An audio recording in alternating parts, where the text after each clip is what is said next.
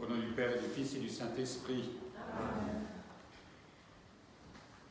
Nous voilà à 15 jours de la grande fête pascale. Et aujourd'hui, nous célébrons la résurrection de Lazare, selon la tradition occidentale. Dimanche de Lazare. Vous l'avez entendu, ce long récit tiré de l'évangile de Jean, au 11e chapitre, un miracle extraordinaire, le plus grand que Jésus ait fait, puisqu'il s'agit déjà d'un mort de 4 jours. Et il y a là un passage assez touchant. Jésus pleure. Jésus pleure sur son ami Lazare, il pleure aussi de voir la détresse de ses sœurs, de ses amis qui l'entourent. Mais il pleure surtout sur chacun d'entre nous. Il pleure parce que le monde est dans le péché, nous l'avons entendu dans les autres Écritures. Saint Paul nous dit que ce monde est au pouvoir du diable.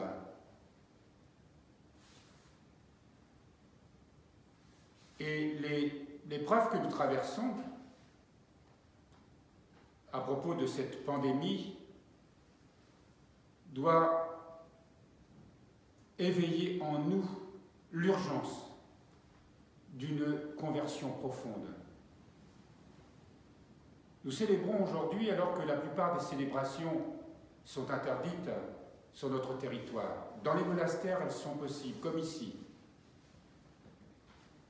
Mais ne croyons pas que parce que nous célébrons et que nous respectons tous les gestes barrières, comme il est dit, que nous allons échapper, peut-être, à la maladie. Nous l'espérons, mais nous ne connaissons pas la volonté de Dieu, car nous vivons sous le regard de Dieu. Et surtout, nous, moines et moniales, nous avons donné notre vie au Seigneur, et en cela, nous acceptons tout ce que nous vivons comme étant sa sainte volonté. Ne croyons pas que, ici, dans cette église, il n'y a aucune bactérie, aucun virus qui traîne. Si on regardait au microscope tout ce qu'il y a sur l'autel, ce qu'il y a sur les linges, ce qu'il y a sur nous, et y compris sur la sainte vaisselle, calice, patène, etc., eh bien oui, c'est la vie.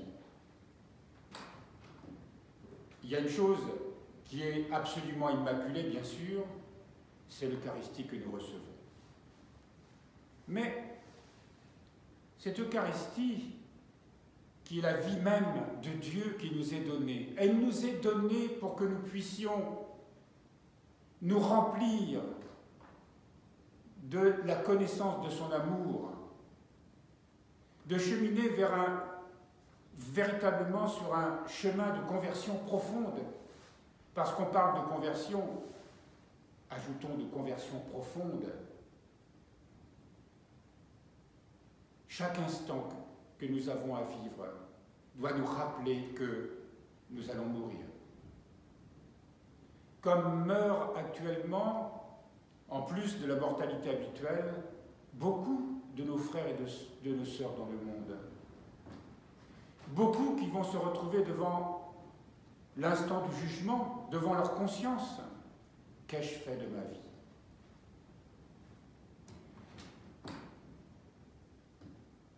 Nous prions pour que le Seigneur épargne toute notre communauté, épargne un maximum de vies, guérisse ceux qui sont malades.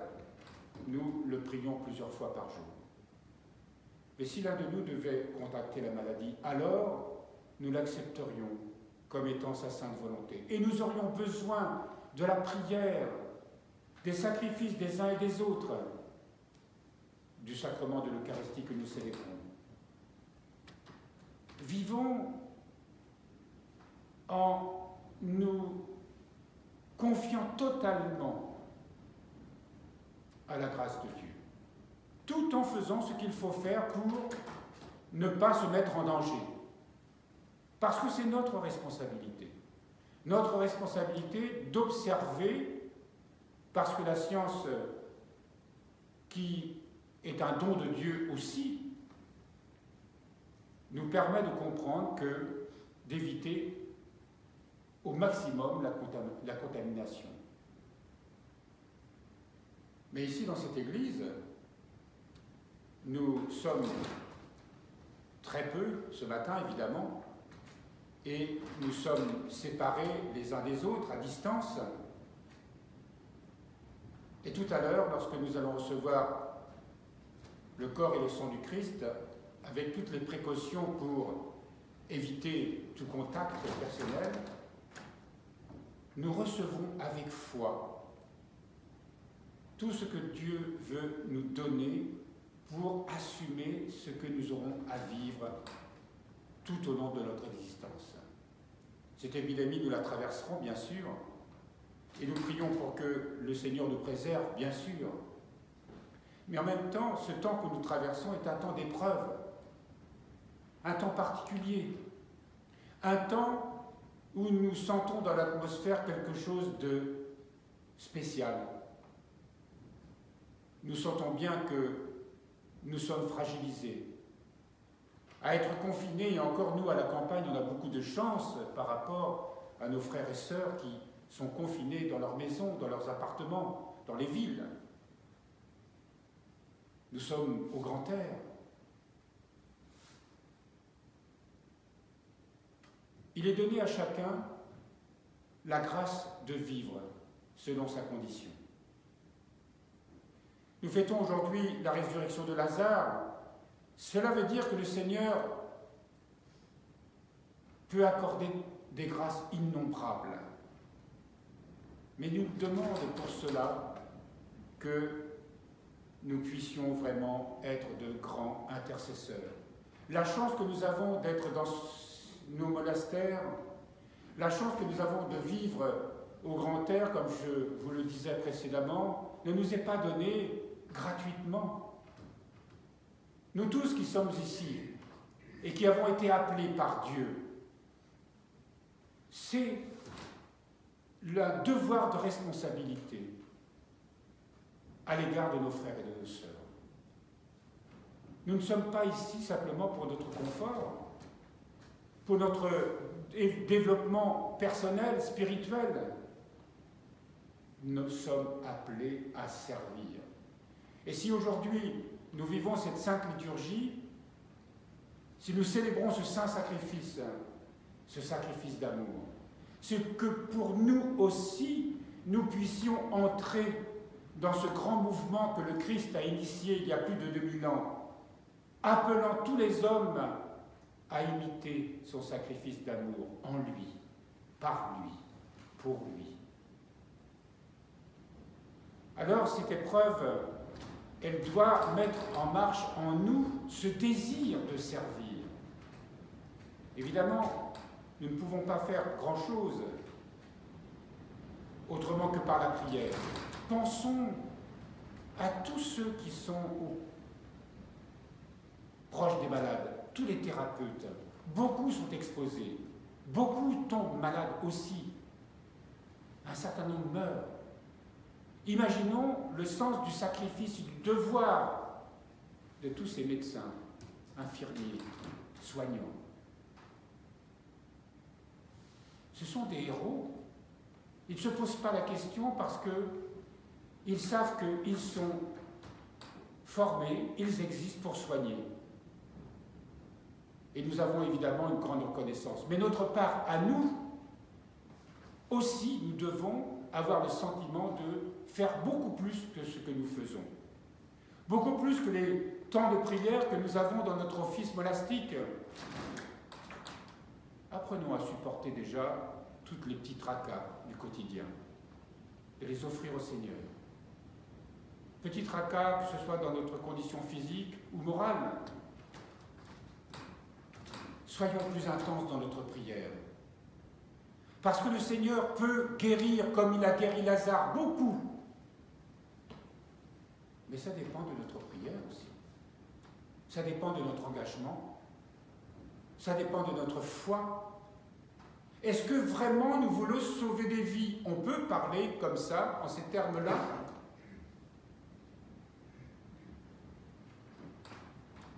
Est-ce que nous croyons vraiment que le Seigneur est la résurrection? Hier soir, en lisant, en paraphrasant ce texte que nous avons lu de Saint Jean Damascène à propos de la résurrection de Lazare, nous avons vu, j'ai un trou de mémoire, je ne sais plus ce que je voulais dire à propos de ça.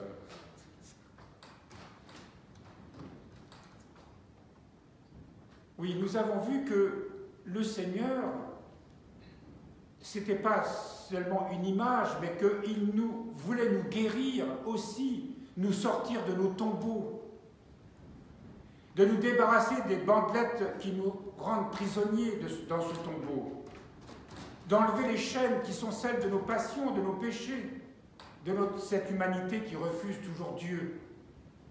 Aujourd'hui, le Seigneur nous appelle à sortir de notre tombeau aussi, et de se mettre au service de son amour. Et ne croyons pas que, parce que nous avons une certaine vie de prière, que, surtout nous, moines et moniales, que nous sommes engagés dans ce don de la vie monastique, que ça suffit. Ça ne suffira jamais. La sainteté, c'est de tout donner. La sainteté, c'est de tout accepter. La sainteté, c'est se donner corps et âme à Dieu totalement, définitivement, sans retour en arrière. Parce que des épreuves, il y en a. Des raisons de revenir en arrière, il y en aura toujours. Mais le Seigneur nous a donné cette grâce. Et il nous a donné cette grâce pour le monde. Parce que nous sommes ses serviteurs, les apôtres de l'amour, pour sauver le monde. Et cette pandémie qui afflige notre terre, elle doit permettre d'éveiller les consciences. Et pas seulement d'éveiller les consciences, mais de changer des vies. Pourquoi le monde est malade? Parce que ce monde ignore ou refuse Dieu. Parce que l'homme s'est mis à la place de Dieu. Parce qu'il veut créer ses propres lois. Voilà pourquoi il y a la maladie. Parce qu'il y a le péché. Il faut d'abord que nous guérissions progressivement de notre péché en nous mettant au service de Dieu et de notre prochain. C'est ça le commandement. Aimer Dieu de toute la force de son âme, de son cœur, de sa vie, de ses forces, et également aussi pour notre prochain. Et si ça ne nous habite pas, alors il faut le demander. Si ce désir-là n'est pas en nous, alors il faut le demander en criant « Secoue, Seigneur, ma torpeur !»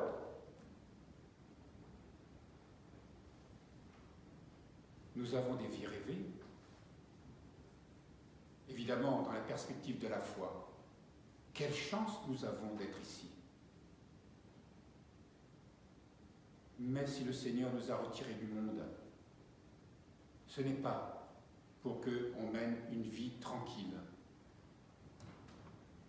Souvenez-vous de ce que disait Monsignor Maël dans ses écrits.